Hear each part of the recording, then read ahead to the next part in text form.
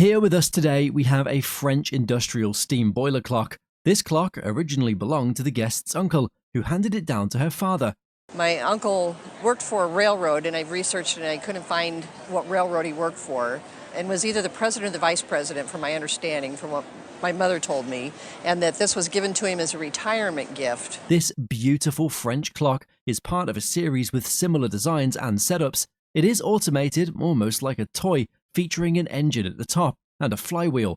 So at one time all this worked, everything moved and... That's right. The flywheel includes a governor that spins around, all activated when the clock is wound up with its inbuilt mechanism. That runs this independently, and it runs it for several hours.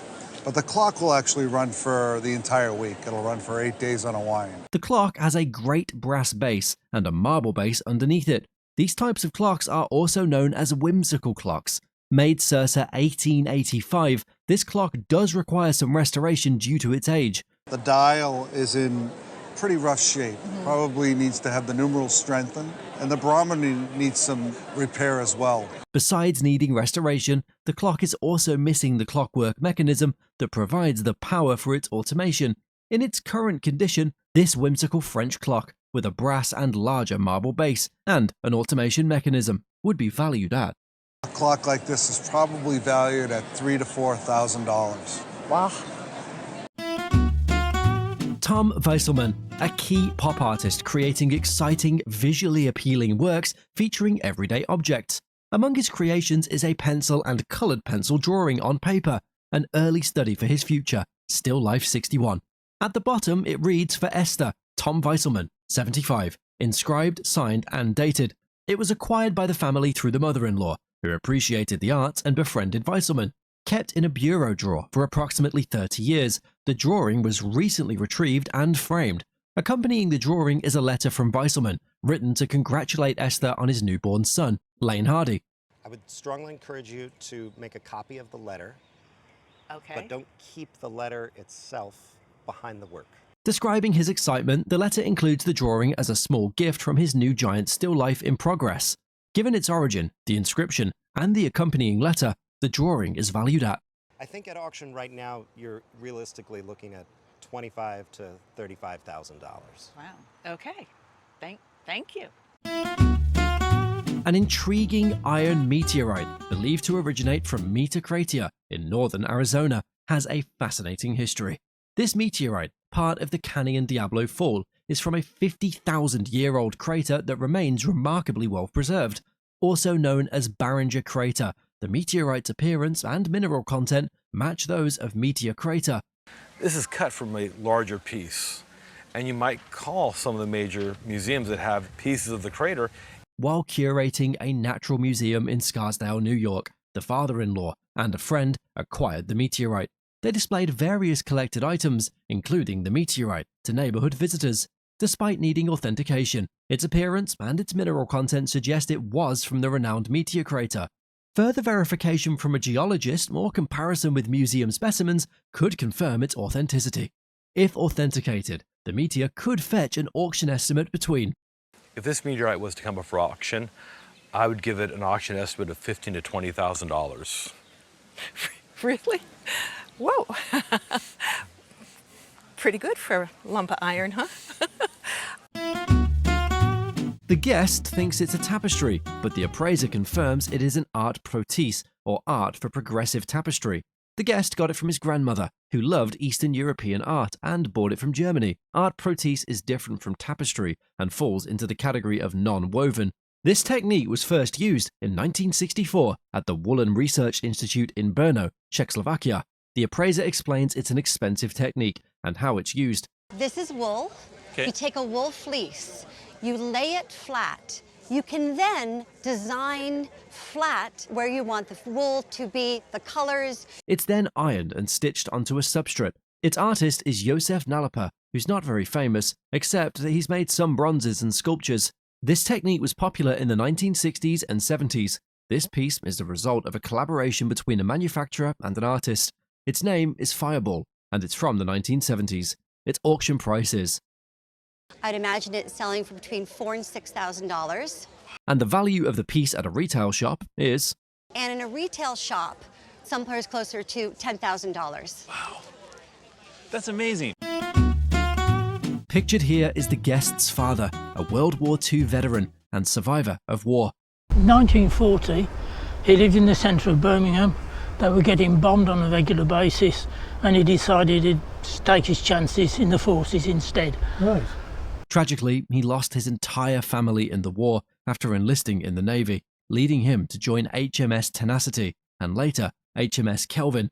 But we come to June 1944, and Kelvin had joined the Great Flotilla that was part of the support for D-Day.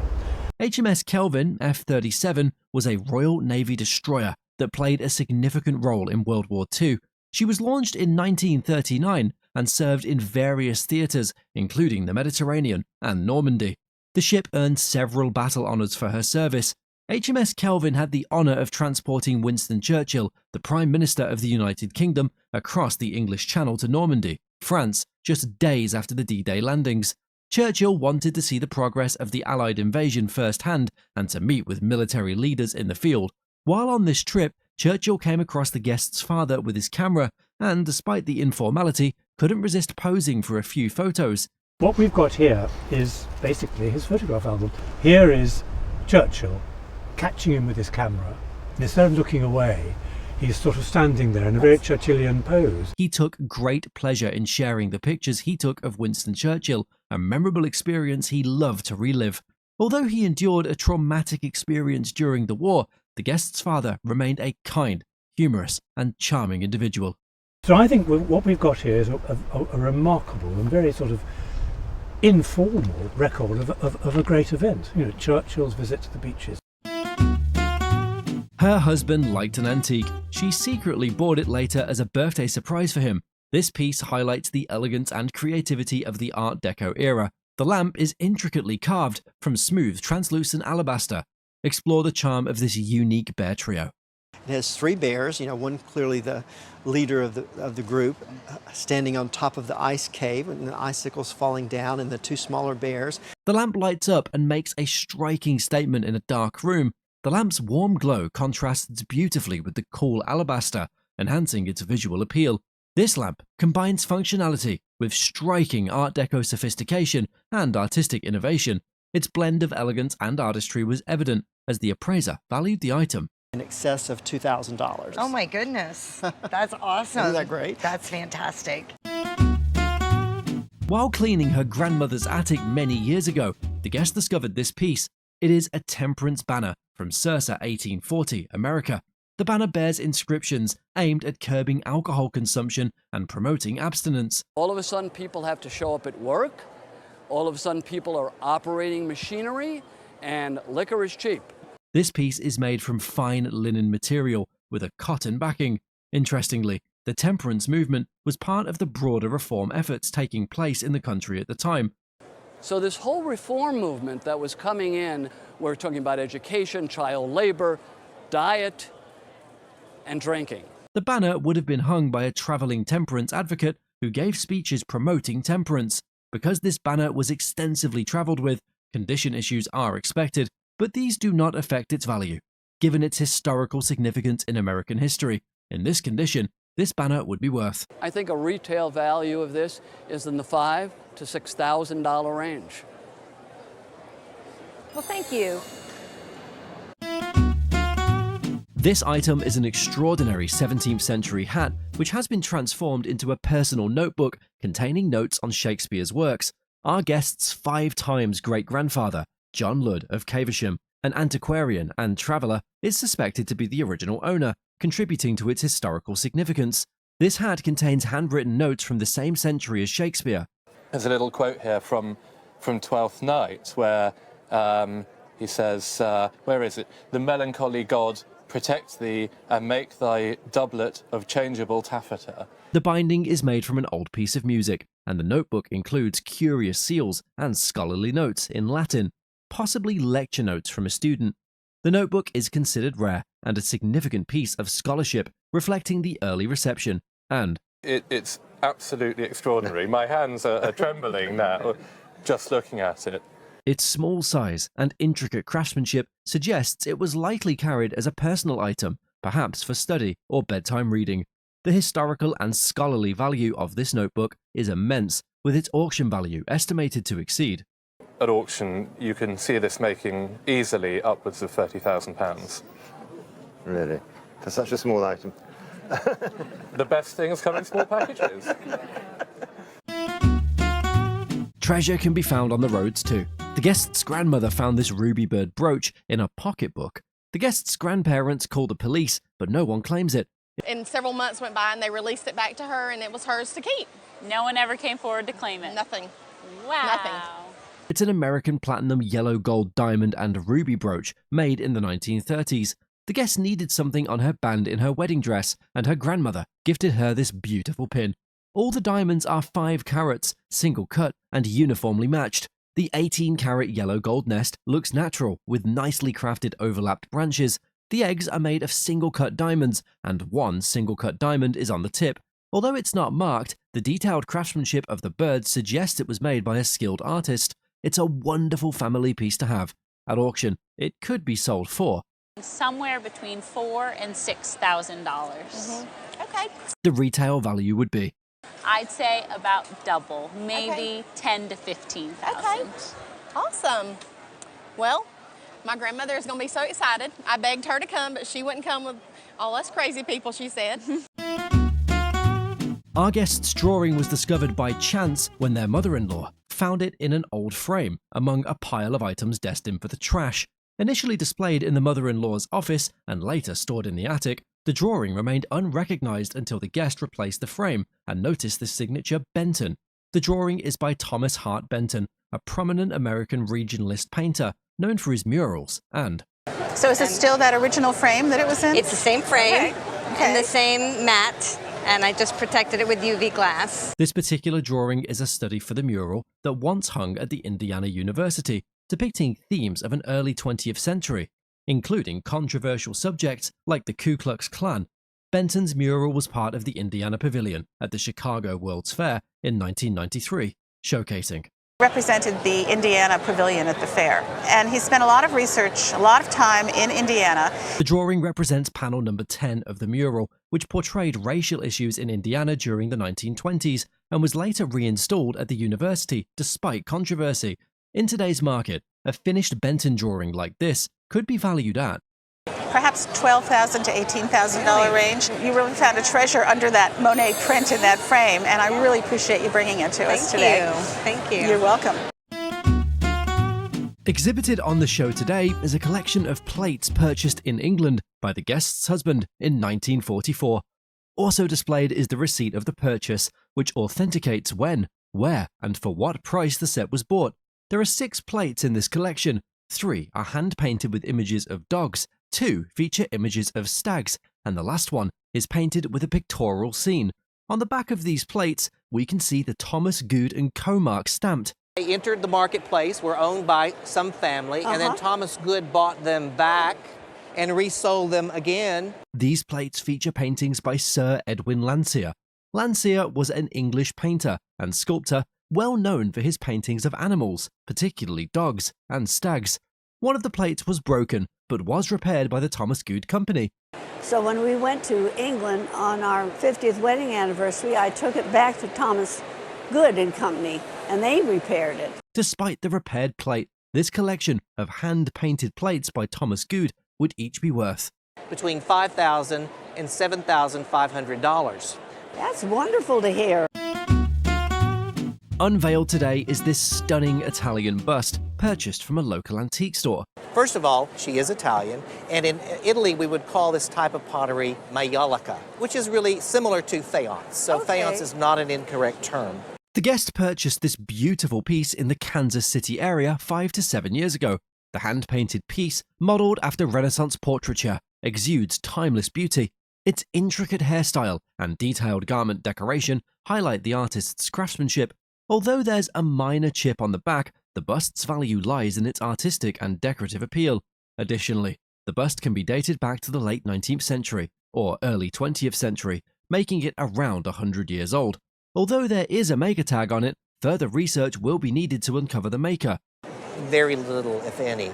We also notice that there is a big hand-painted mark on the underside, and I wonder who that is, and I have to tell you, I don't know. Oh. However, its impressive presence and design place its retail value between.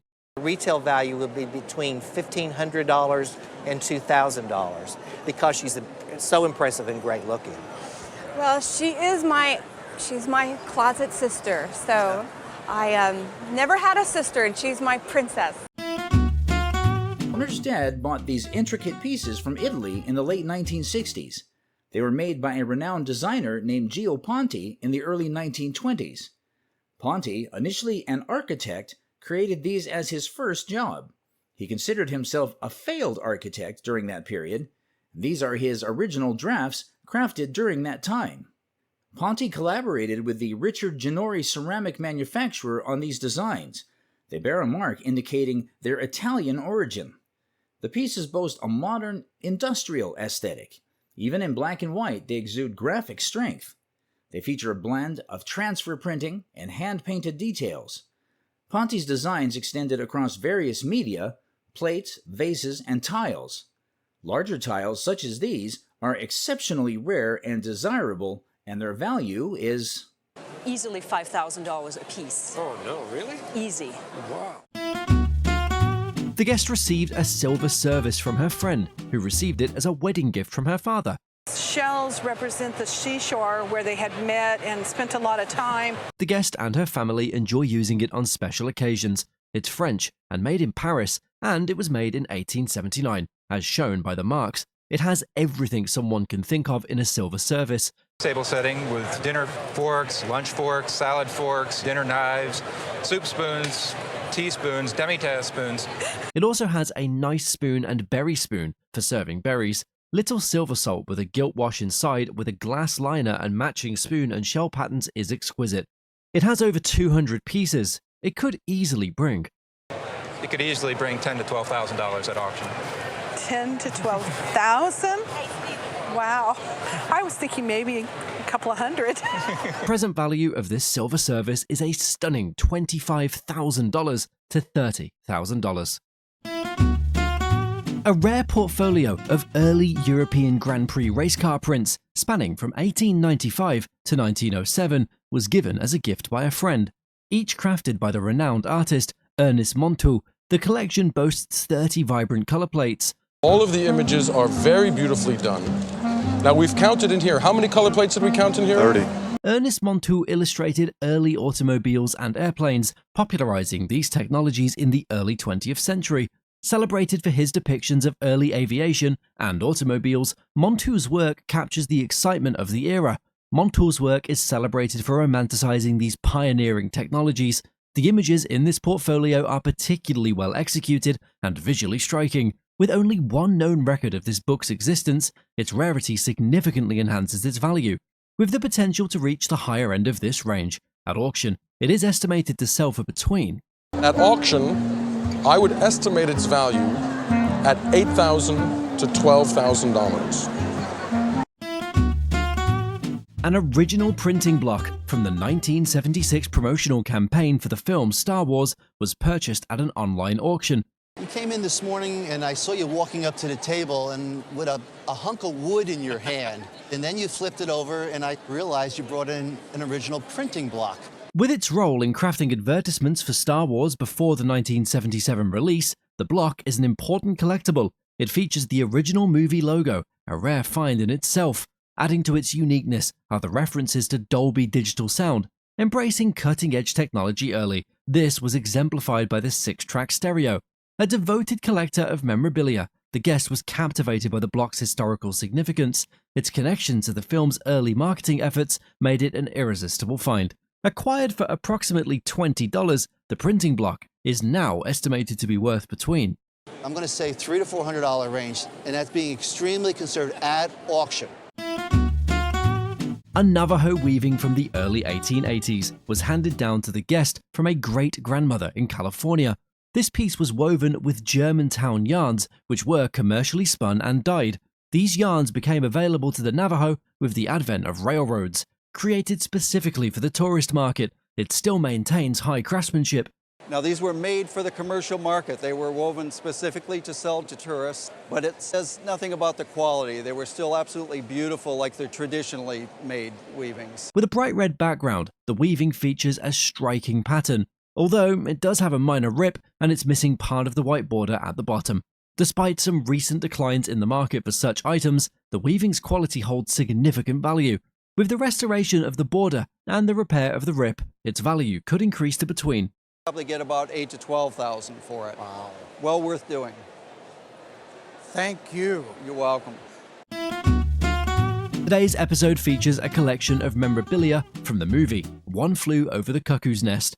Being a fan of the novel and the movie, the guest was delighted to stumble upon the autographed program. A true classic, One Flew Over the Cuckoo's Nest is a novel by Ken Kesey, published in 1962. The book was adapted into a successful film in 1975, directed by Milos Forman and starring Jack Nicholson as McMurphy and Louise Fletcher as Nurse Ratched. Moved by the guest's genuine admiration for the film, the seller presented him with the main character, Jack Nicholson's original hat. This letter serves as definitive proof of the hat's authenticity and provenance. Without the letter, the guest's claim to the original hat would have been impossible to verify, making the letter crucial to the collection's value. This exceptional collection is expected to fetch a substantial sum at auction, estimated to be. I would estimate it for no less than $4,000 to $6,000. I didn't expect that. An item which the guests believed to be an ancient piece was brought to the show. This is a carved turtle shell. Contrary to the guests' belief, this piece was made around 15 years ago. In England, a factory produces these turtle shells. This shell features hand-carved wood with a white finish. The workmanship is exquisite, with meticulous carving and a full luster. With a generous appearance and a unique shape, this item remains in good condition. Turtle shells like these are typically carved and sold openly as reproductions, and they are worth in the region of. This is worth in the region of $150. Okay, it's like a matching pair. You could have a matching pair, a set of 3, 4, as many as you want. Our guest inherited this Martin Brothers grotesque from his father, who was an avid antique collector. This piece was his father's favourite and became part of the inheritance passed down to him. The appraiser explained that the Martin brothers were pioneers in modern decorative ceramics in England. This piece is a salt-glazed stoneware, crafted in a modern sculptural style by Robert Wallace Martin had studied as a sculptor, and he was the main designer for the Martin Brothers firm, who operated in and around London from around 1873 till about 1915. Known as Wally birds, these pieces are actually tobacco jars designed to keep tobacco moist with a sponge. Our guest's piece is particularly rare because it features 2 birds, indicating it was made between 1990 and 1910. The appraiser praised its excellent condition and vibrant colours, which include blues and pinks. Initially appraised at $7,000 15 years ago, the piece is now valued at a price of. At auction, a bird like this would sell for somewhere between $15,000 and $20,000. Wow, you're kidding. An Eagle Scout, he bought his first signed Norman Rockwell print at a gallery south of Kansas City. The artwork shows Rockwell seated at a drawing table, immersed in his craft. He's depicted with a pipe, a common feature in his portraits. The drawing highlights Rockwell's focused expression and tools, showcasing his dedication. Discover the fascinating story behind this Rockwell piece. It's a very exciting piece, and although Rockwell did do other images of himself, the story behind this is just terrific. And I think the book is called A Rockwell Portrait and Intimate Biography. Published in 1978, this piece reflects Rockwell's renowned portrayal of American life. He's known for Saturday Evening Post covers and other magazine covers, as well as portrait commissions. The signature in the bottom right corner authenticates it as a genuine Rockwell piece. Its unique glimpse into the artist's own reflection led the appraiser to value it highly. We would expect it to sell at $35,000. Wow. It's not for sale. Her neighbour gave this tea table to her. This antique showcases the elegant Queen Anne style from the 18th century. The table is made of durable fine-grained maple, known for its smooth finish and warm colour. The tea table has a round top with a subtle, elegant overhang. The tapered, rounded legs reflect classic Queen Anne curves. Beneath this finish are once mahogany past remains. Originally, it probably would have had a reddish wash to make it look like mahogany, a more expensive wood, and that often gets taken away by refinishers. So this has been refinished. The table's simple, refined craftsmanship offers timeless beauty and historical significance. The appraiser valued the item for its timeless elegance and historical charm. This is worth about $2,500. Oh, how nice. Our guest brought in a Lionel train set she received for Christmas in 1957. She shared that it was a gift for her and her younger two sisters, while my older sister got dancing shoes and a dancing suitcase. It's pretty remarkable condition. the train set was played with only during that Christmas, then stored away due to lack of family or toy room. Rediscovered in her parents' attic after their passing, the train set remained in its original box since that time. The appraiser explained that Lionel made this pastel-coloured train to appeal to little girls during the mid-1950s. This marketing strategy was unsuccessful, making these sets quite rare today. Remarkably, the guest still had all the original boxes and instruction sheet. The appraiser estimated the train set auction value to be at between $7,000 and $9,000. Oh, wow. That's exciting. Our guest found this charming cradle while antiquing in Nevada City with her daughter. She was drawn to the cradle because of its beautiful tin lithography and love the tin lithography, and also that it has a little dog on it. I'm a dog lover. The cradle, an advertising piece for Kleinert's waterproof baby pants, dates back to the late 19th to early 20th century. This point-of-purchase display piece would have been placed near a cash register to entice buyers. Our guest purchased the cradle for $32 a little over a year ago. Kleinert, founded in 1896 by Isaac Kleinert, was known for inventing various who invented all sorts of things from the shower curtains to shower caps, waterproof pants, to all sorts of rubberized materials. The appraiser expressed his delight in seeing this rare piece, having never encountered one like it in his 40 years in the business. The appraiser valued the cradle conservatively at a jaw-dropping price of, for auction purposes, would be around $2,000 to $3,000. Oh my goodness. And oh my goodness. and frankly, I wouldn't be surprised if it could go for more. This guest had the fortune of meeting Andy Warhol in the 1980s. Warhol, an American visual artist, film director, and producer, is considered one of the most important American artists of the second half of the 20th century. Warhol signed the guest's soup cans and also sold them the print displayed here. I went down to his studio I took my mom and my sister, and we all went down there, and it was really great. I mean, this guy was so friendly that there was no coming out of his mouth. He loved people. We can expect this colourful print alone to fetch a considerable value at auction. $15,000 to $20,000. No! So. Behind the print, there are some interview magazines, also signed by Warhol. I got him to sign, Robin Williams, and look, meow, with the cat. And I love Molly Ringwald. They called her Molly Ringworm. These signed magazines would each command a significant price. I would estimate those at $1,000 to $1,500. Shut up. At the bottom of the print, we can see it is rubber stamped, signed, and dedicated to the guest by Warhol. Furthermore, the soup cans on display are each signed twice by Warhol. At auction, given that these cans were personally signed by Warhol, they would each be worth. I would estimate the individual cans at $1,500 to $2,000 a piece. Nice. Yeah. So you got six Good. of them there. This Not expensive bad. can of soup, very nice. Absolutely. Good. This guest's mother gifted her the showcased item when she was a little girl, and she has cherished it ever since. The item is a traditional necklace that was worn by a tribal chief during ceremonies. Originally from Fiji, the necklace is called the Wasakashika necklace. It was made from the tooth of a sperm whale in the mid-19th century. It was so rare, the teeth were the prerogative of the chief, and he would decide what to do with them, and he would sometimes gift them to other chiefs and things like this. To create this piece, a single whale's tooth was split into narrower sections. Additionally, the pieces are interspersed with red beads, which were added much later. The colour of the necklace is a golden honey brown, and it remains in good condition. Traditional necklaces like this are highly collectible, and, in this condition, this piece is estimated to be worth probably about $15,000. Oh my God! Oh my goodness! Today on the show, we have a collection of puppets created by our guest in the 1950s. The guest performed with these puppets at numerous shows across many states, including Miami and New York. These puppets were designed to resemble famous television personalities from the 1950s, such as Jackie Gleason, Ed Sullivan, and Jerry Lewis, among others. Jackie Gleason was an American actor, comedian, writer, and composer, renowned as the Great One. Ed Sullivan was an American television host, impresario, and sports and entertainment reporter.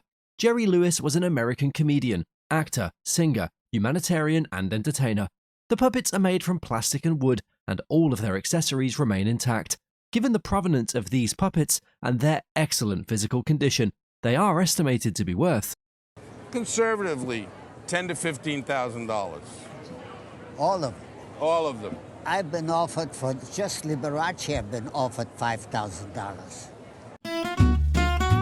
This captivating piece has a trifecta of functionality, as it's a cane that doubles as a telescope. These kinds of walking sticks or canes are affectionately referred to as gadget canes because it's a gadget. I mean, it's a compendium of devices. It's not just one device. And a pistol. Dating back to 1826, this cane is a genuine artifact with a history as intriguing as its design. It was acquired in England in 1943 by the guest's father during World War II from a local family. The cane features a single-shot flintlock gun, a spyglass, and a hidden storage compartment. The center section comes apart and we have a nice two-draw spyglass. It was crafted from baleen and marked by its inventor. What's interesting about this too is the wrap on the outside is a material called baleen. Although it has some minor condition issues, like insect damage and leather wear, it remains highly valuable. Collectors covet gadget canes like this one for their multifunctional design and historical significance. The maker's mark on the barrel adds a unique element of authenticity and provenance. Given the strong market interest, this cane, with its trifecta of functionality, should fetch. At auction, we're probably talking, $3,000 to $5,000. Great. Today, we have an incredible collection filled with history from the early years of a boxing legend, then still called Cassius Clay. This remarkable collection includes a 1962 fight ticket and a signed napkin. There's also an iconic photograph of Ali, captured when he and the guest had a memorable evening of wining and dining. Was this a chance meeting? I had been invited to go to the fight, and afterwards I said, let's go out to dinner. And then we were at dinner, and I stole the napkin. Among the signatures on the napkin are Cassius Clay and his brother, Rudy, and heavyweight champion Archie Moore. These items highlight a pivotal period in Ali's life, from his early career to his rise as a boxing legend. That's and right. Cassius was always telling people who he was, what he'd done, and he was going to be famous. He was going to be #1. Ali's transition from Cassius Clay to Muhammad Ali in 1964 marked a profound change in his persona and career. It did. He managed to get a shot at the heavyweight title.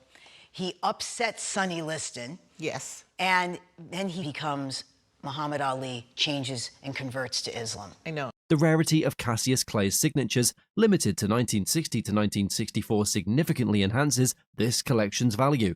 In addition, the photo and fight ticket enhances this collection's provenance and exceptionality. Given the historical importance and rarity, the auction estimate for this collection is between. I would put an auction estimate for $3,000 to $5,000. That's amazing. I never thought of a value. I just wanted people to know that I was there with him.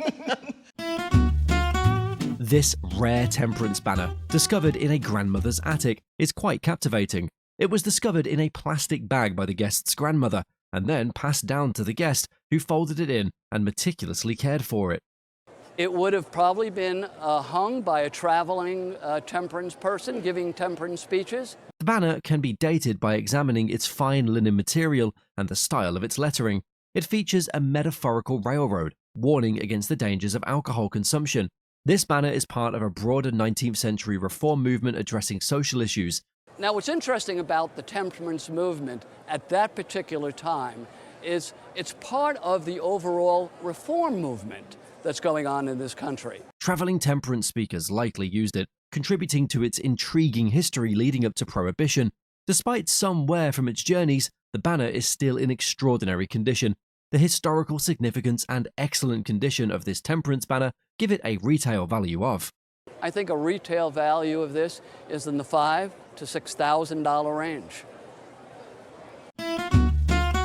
His great-grandfather's West Point silhouette stands beside a cane, made after his Battle of the Wilderness Wound, a silhouette of General Getty, October 19, 1864, and a Civil War presentation cane, a cane with intriguing historical inscriptions and symbols. We have this little badge here. That's the 6th Army Corps badge. Ah, okay. George Washington Getty graduated from West Point in 1840, hailing from Georgetown, D.C. The silhouette highlights General Getty's military bearing and uniform.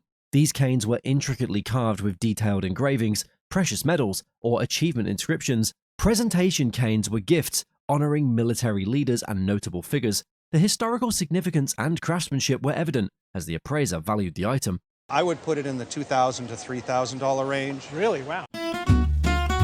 The guest brought some Hollywood photos that belonged to his stepfather, Morrow. This photo, featuring the guest's stepfather, was taken in the early 1950s at Arthur Murray. Arthur Murray is a famous dance studio chain associated with American ballroom dancer Arthur Murray, and the most prestigious dancers get to perform there. As Morrow was an excellent dancer, he was even invited to be an instructor at Arthur Murray. By 1942, Morrow, a former Navy officer, was in Hollywood, where he collected autographs from numerous movie stars. Among the collection, the appraiser highlighted signed photos of Judy Garland, Veronica Lake, and Carmen Miranda, noting that the total collection included 18 signatures. Morrow likely met these stars at the Hollywood Canteen, a club for servicemen, established in October 1942, which operated until Thanksgiving Day 1945. Given Morrow's dancing skills, it was likely he danced with some of these stars. These vintage photos from the 1940s were more valuable, as signatures from early in the celebrities' careers held more value. The appraiser valued these photos at. From this era, because she's quite young here, is worth anywhere between $600 to $800. Veronica Lake, $300 to $500. That's a great Carmen Miranda shot, exactly how you want to see her with the whole fruit headdress, $300 to $500. The total collection was estimated to be between. Total at auction between $4,000 to $6,000. Oh, wow. That's pretty good to know. The guest's father was a prisoner of war, and this is the collection that the guest brought. Her father had also received a caterpillar pin for successfully parachuting out of the plane and walking away. Caterpillar pins were a rare honor given by the Caterpillar Club, an informal association of people who have successfully used a parachute to bail out of a disabled aircraft. Additionally, the guest had her father's original wallet card and a couple of cards he sent from the prison camp, one of which reassured his wife of his safety. Among the collection was a booklet printed in Europe after the war for prisoners, detailing camp activities and listing the prisoners. The collection also included a telegram from the Secretary of War expressing pleasure at her father's return to military control on May 2, 1945. The appraiser estimated the collection's auction value to be around. At auction, it might bring around $1,500. Wow. So it's very excited that you brought it in. Thank you. Our guest's dessert service was acquired by their mother-in-law, a devoted antique collector, who received it from antique dealers familiar with her during the post-war period when soldiers brought back treasures from abroad. The service, believed to have originated from England, was initially thought to be silver, but is actually silver plate made by. And it's made by Walker and Hall of Sheffield. And this mark helps us to date it to around 1900, somewhere around there. The set includes a variety of dessert items, a fruit bowl, 2 sets of nutcrackers, chased grape scissors, 12 knives and forks with mother-of-pearl handles, and beautifully engraved dessert spoons. The canteen is elaborately designed with a crown-shaped detail on the first piece, which, combined with a letter, suggested it was a gift from Queen Victoria, which adds a layer of intrigue. The letter claims the service was gifted by Queen Victoria, but further research is needed to confirm this royal connection. Victoria died in 1901, and this is dated 1954. The canteen itself is crafted from mahogany, inlaid with ebony and satinwood, featuring a vacant brass cartouche in the center. Without the royal provenance, the service would be valued at. I would estimate it at auction for around $1,500 to $2,000. However, with the association, it could do, 5 or 10 times that much. These Frank Lloyd Wright blueprints belong to the guest's wife, who got them from her great-aunt. Frank Lloyd Wright's blueprints are rare to find, and these are from his early career in 1902. Although he had designed and built several houses by then, most of the projects that he had done had been in Wisconsin and in Illinois. It's a simple house design, but it shows details in a great way. He started building schoolhouses at the start of his career and promoted natural architecture with art and crafts. These give an idea of the whole collection that the guest has. At auction, these could easily fetch. Probably somewhere between $1,500 and $3,000. Surprised. I had no idea. Kathy's chair belonged to her distinguished ancestor, General William Floyd, a signer of the Declaration of Independence, and her husband's great-great-great-grandfather. The appraiser identified the chair as an 18th century garden Windsor, likely made in New York in the 1790s. Windsor chairs were fashionable in England for gardens, featuring a wooden seat with spindles.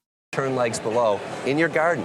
This chair, made by William McBride, features a continuous bow back, a unique bulbous turning shape, and a distinct vase-like design. The appraiser noted the chair's excellent condition, emphasizing that the original feet are intact, unlike many that have deteriorated outdoors. The appraiser estimated the chair's value at $10,000. $10,000, okay. Are you surprised? I am, and very pleased. Well, you're not going to put it out in your garden, though. Oh, no, we're going to keep it. Don't put it in the garden. No, you only did that in the 18th century. And this is staying in the family. The chair will remain a cherished piece, reflecting its historical and monetary value. A remarkable painting stands tall, commanding our attention. The guest received this artwork as an inheritance from his grandparents.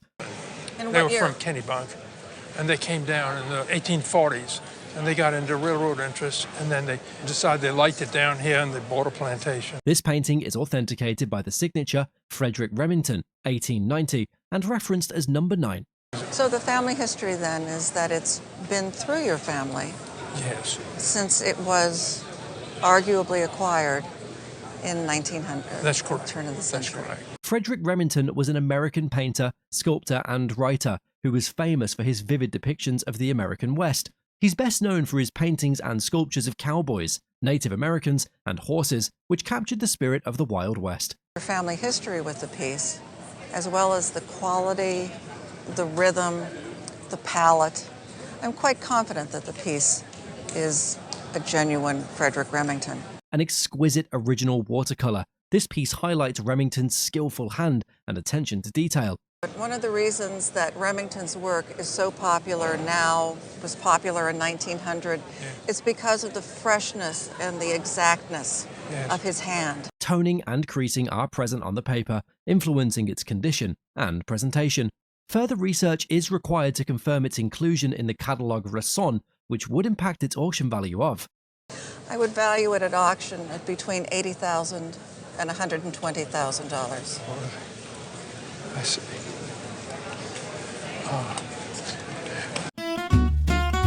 On display today is a charming toy church. This toy has been a family treasure for generations, with his father also enjoying it as a child. The guest's father enjoyed this toy in the 1920s, but it's been created decades earlier, in the 1890s. So it came down to him. And whoever it came from, they kept it in really very good condition. This toy was created by the Bliss Manufacturing Company, a specialist in wood toys with lithographed paper designs. The Bliss Manufacturing Company was a toy company that operated in the United States during the late 19th and early 20th centuries. Bliss Manufacturing Company was considered one of the leading toy manufacturers of its time, and its products are still highly sought after by collectors today. Only 2 churches were made, and this is the more complex and decorative of the 2. And what's wonderful about it is that it's all here. Even every single little spire is here. These are often missing. Also included are Sunday toys, each illustrating a biblical story. Interestingly, this toy can be taken apart and stored in its own box, which doubles as the church's main structure. With all of its pieces present, this example is particularly noteworthy and would achieve a strong sale price at auction. In today's market at auction, I would expect this toy to easily bring $2,000 to $3,000. Are you kidding me? So you got a real treasure here. Oh, wow. Maps of the Matanuska Colony Project revealed a New Deal-era effort to revitalize the economy during the Great Depression. These 1929 manuscript maps detail land parcels assigned to families in Anchorage and the Matanuska Valley, aimed at developing the region. The project settled about 200 Midwestern families, including those from Minnesota and Wisconsin. Once owned by Senator Jay Catula, the The maps were given to the family by his daughter after his passing. We still farm it as a family. How did you acquire the maps? The maps originally belonged to Senator Jay Kurtula, and he was also a colony kid. Showing the colony's experimental approach to developing indigenous land, the maps grade the farmland as good or fair, leading to significant challenges. The Dana Ina people's traditional land use was not recognized under the new system. Despite early struggles and many families leaving, World War II's military buildup created the market that allowed for the farms to prosper. Unique as manuscript engineering plans, the maps are valued at. I could see selling the maps for $5,000. Wow. Thank you that's so really much for bringing interesting. them in. Yeah, thank you. It's really good to learn a little bit more about them. A beautiful early 20th century Duffner and Kimberly art glass lead shade showcases exceptional craftsmanship.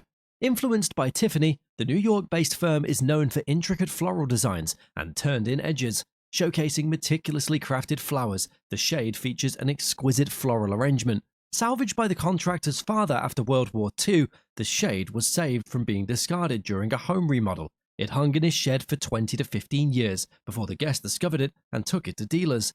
Took it to San Francisco to dealers to try and find out what it was worth. And everybody said, well, what do you want for it? So I figured it had value. After its worth was realized, it was stored until 1972, when it was hung over the dining room table in a new Lake Tahoe home. Unique for its supports, which are uncommon in leaded shades, this Duffner and Kimberly piece is classic. This stunning Duffner and Kimberly shade is estimated to be worth around. I would easily put an estimate of $8,000 to $12,000 on it for auction. Really? Fantastic. An exquisite early 18th century walnut veneered chest on chest dating from the 1720s represents the George I style of furniture. The ironic thing is that this type of piece and inspired a whole group of American pieces that were made in Boston and other areas. Featuring matched walnut features, intricate light wood stringing, and herringbone inlay, this piece exemplifies the era's craftsmanship. Additionally, it boasts a stunning inlaid compass fan, adding to its remarkable design. Purchased by the guest's husband's great-uncle in the late 1800s, the chest has remained in the family ever since. There were some speculations that part of the chest might have been added or replaced. However, careful examination confirms that the entire piece has always been together, affirming its integrity. The dovetails, wood, and even the same worm damage on the backs of the drawers match across both sections. This remarkable chest, a prototype that influenced American furniture, is valued at approximately. In America, probably at around $15,000 to $18,000, maybe retail $18,000.